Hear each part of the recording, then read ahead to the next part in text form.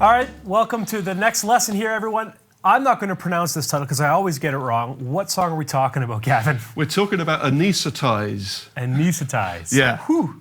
That's a tongue twister alone. It's hard to say, and it's even harder to spell. Yeah, right. All right, now this is a long song. This is an epic progressive song, and this is from Fear of a Blank Planet. Yep, right? It's 17 minutes long. Wow. It's basically 3 songs. They're all at 110 beats per minute. Okay. And it's 3 songs put together as a suite. All right. A 17-minute suite. And the first part of this piece, I play a more kind of tribal tom thing. It's more of a sort of chill-out building song. There's a building section in the middle, and then we hit the center part of Anesthetize, which is actually called The Pills I'm Taking. The first part's called Anesthetize, the second part's called The Pills I'm Taking, and the third part was called Surfer. Okay. But we only ever referred to it as Anesthetize. Now, when you wrote the song, did you write it all as one song, or were they 3 songs that you wanted to just put together? No, I mean, this is a song, basically, Steve wrote this song. Okay. He wrote all 3 pieces. Wow. And I think I rearranged a little bit of Anesthetize. There were a couple of riffs. I said, Steve, we've got to have that riff come back. And he said, I can't find a place to bring that riff back. I said, well, leave it with me. I think I know a place where I can get that riff to come back in again. It's such a great riff. We've got to have that come back. Anyway, there was a piece, the kind of climax of the middle section of Anesthetize. There's a piece where the guitars just go absolutely nuts. And Steve said, I want you to go absolutely nuts in this section. Okay. And, you know, I tried many things. And I thought about playing a polyrhythm, a 4/3 polyrhythm. Okay. Okay. So basically, the ride, I think I crash quarter notes, right? So, but for now, I'll just play it on the bell. So the right hand's going. The snare drum is going.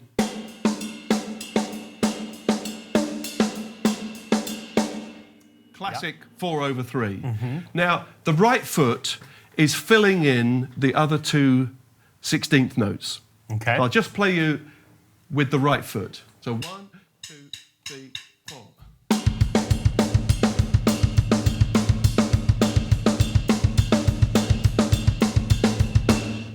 And that is all the right foot is doing. The left foot comes in to play a note in between those 2 rights and a note after those 2 rights. Okay. So the right foot is still playing.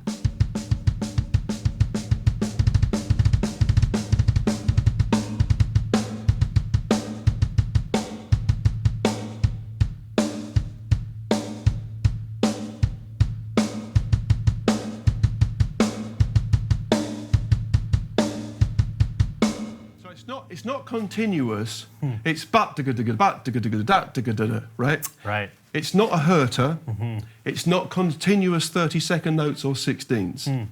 It's a 16th note followed by 4 30-seconds. Got it. Right? Yeah. So with the polyrhythm that's going on, I'll do it on the China cymbal, right? Okay. So that this is going.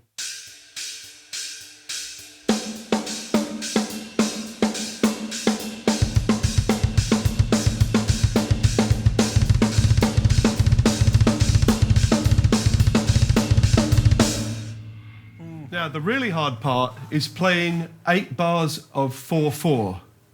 Oh, right? yeah. Because this is cycling in 3/4, basically. Right. Right. Yeah. So this is going 1, 3. You know, your snare is coming back to the bell. Yeah. After 3 bells. Right. Yeah. So the hard bit, apart from sustaining this kind of pattern, the hard bit was really counting through 8 bars of 4/4. Yeah, because ending it right on time. Yeah. That's tough. But I did cheat. You did cheat. Yeah, oh yeah. How did you cheat? Because I recorded my voice counting the 8 bars. Oh, no kidding. Now, this is a porcupine tree secret. Oh, this is juicy stuff. Okay. Is because some of the arrangements were very long, like a 17-minute song, and we would have synchronized video projected up behind the band, which we spent a lot of time and money making, and so we didn't want to go wrong in the arrangement. Because if someone came in 4 bars late or 4 bars early or something like that, well then the film is going to be out of sync. Sometimes there's lyrics on the film, sometimes there's explosions and lights, things that follow the music very closely. So we really wanted this to be tight and not go wrong. Right. So very early on in the band, I said, why don't I just get a microphone and talk my way through some of the songs? Right. Like, okay, here comes the intro, 1, 2, 3, 4. Okay, first verse, 1, 2, 3, 4. Because, you know, the intro might be 18 bars long, and there's lots of distractions on stage. You know, people's pedals aren't working, someone's having a fight, someone's throwing a bottle of beer. I don't know. There's smoke and lights, and there's so many distractions. You might think, oh, how many's that? You're in there, you're grooving away, and you're thinking, oh, is it 18? Oh, Christ, I don't know. I'm not really sure. Yeah. Right? Yeah. So having this security blanket, this security virtual conductor in our in-ears telling us, okay, here comes the first verse, 1, 2, 3, 4, suddenly made our life so much easier. Right. It meant that we made much Fewer mistakes. Now, did everyone share your same click track? Yes, everyone had the same click track. Steve didn't like playing with a click track, and he would just have one in-ear, which he would keep pulling out.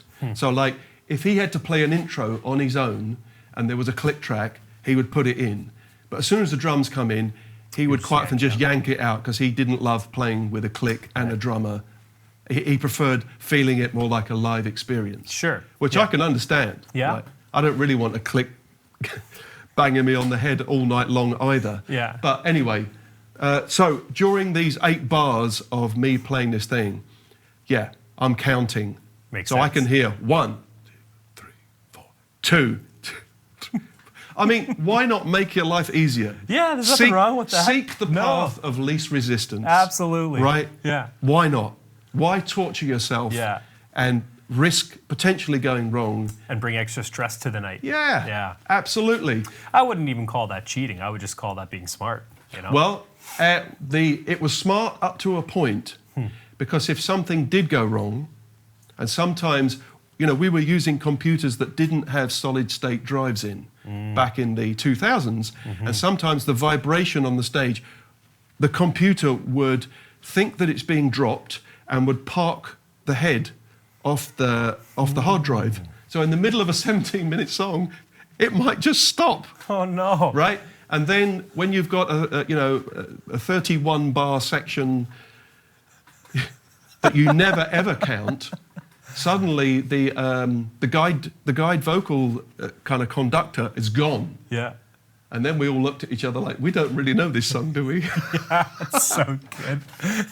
Well, let's hear Anyway, it. I'll try to play this middle part. You can hear it with the guitar rhythms, and I'll be playing that part with the double bass drum and that polyrhythm. Okay. Best of luck.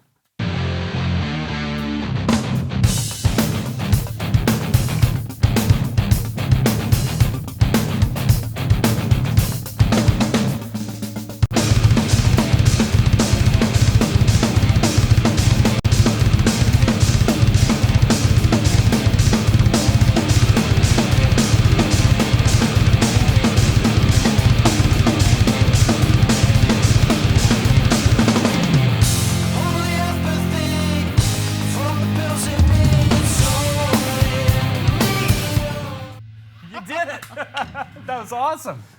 Something I haven't practiced in a long while. But Yeah. there we are. Good. Very good. I love it. Thank you so much. Pleasure. And if you guys haven't heard that song, you have to watch or listen to that tune. In fact, there's a couple of great clips on YouTube of you doing it at Modern Drum Fest, I believe. That's right. Absolutely spectacular. So very good. Check it out, and we'll see you guys in the next lesson.